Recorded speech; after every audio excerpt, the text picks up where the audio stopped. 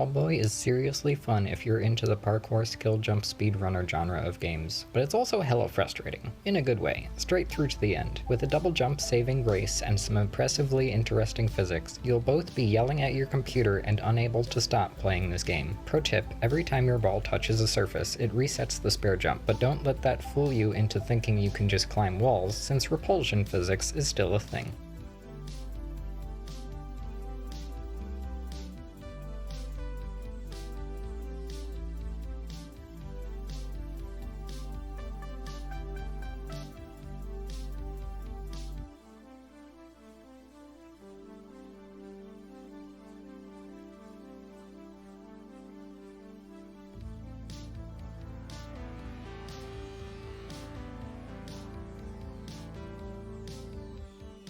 Cubico is a speedrunner's delight, with a slew of achievements for clearing the game from start to end in, if you ask me, rather ridiculously tight time frames. Manipulating terrain in the game starts off easy, but gets more complex as the game goes on. If you aren't concerned about time, you can also go super high with it to bypass a few puzzles, but getting high enough to long jump will take a while.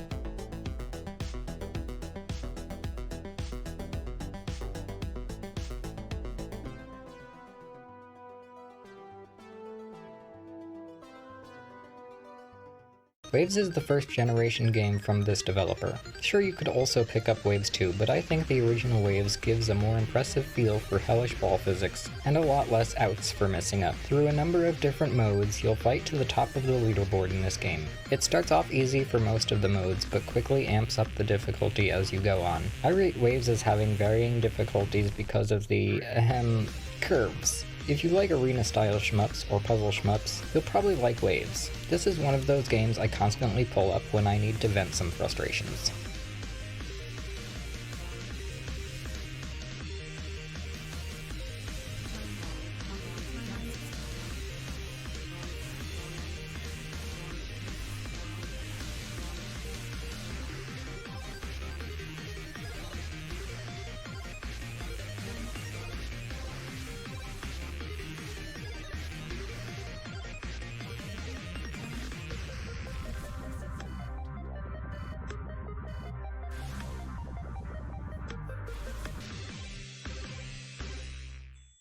Comet Crasher's trailer really doesn't do the game justice as far as ball physics go, so I was pleasantly surprised when I picked it up as part of my all shmups review effort. Think of your Comet like a billiard ball, going down an endless pool table, except your billiard ball has guns with propulsion physics, and there are bombs and bouncy barriers everywhere. Sounds fun to me.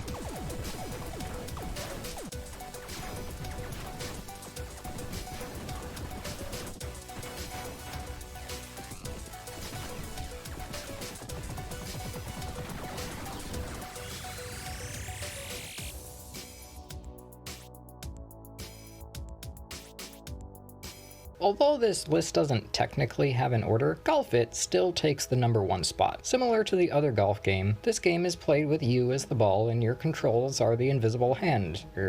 Golf club. Playing Golf It with friendly fire, aka bumper car mode, off is simply no fun, so I strongly recommend keeping it on. Golf It wins over the other game mostly for aesthetic reasons, but also because the developers are much more attentive to rolling out bug fixes and requested features. Golf It's expansion maps are also more plausibly beatable, without snapping your mouse in half out of sheer rage, whereas it seems like the competition just wants to make things as ridiculous and difficult as possible. And for the extra dollar over the competition, Golf It seems worth it.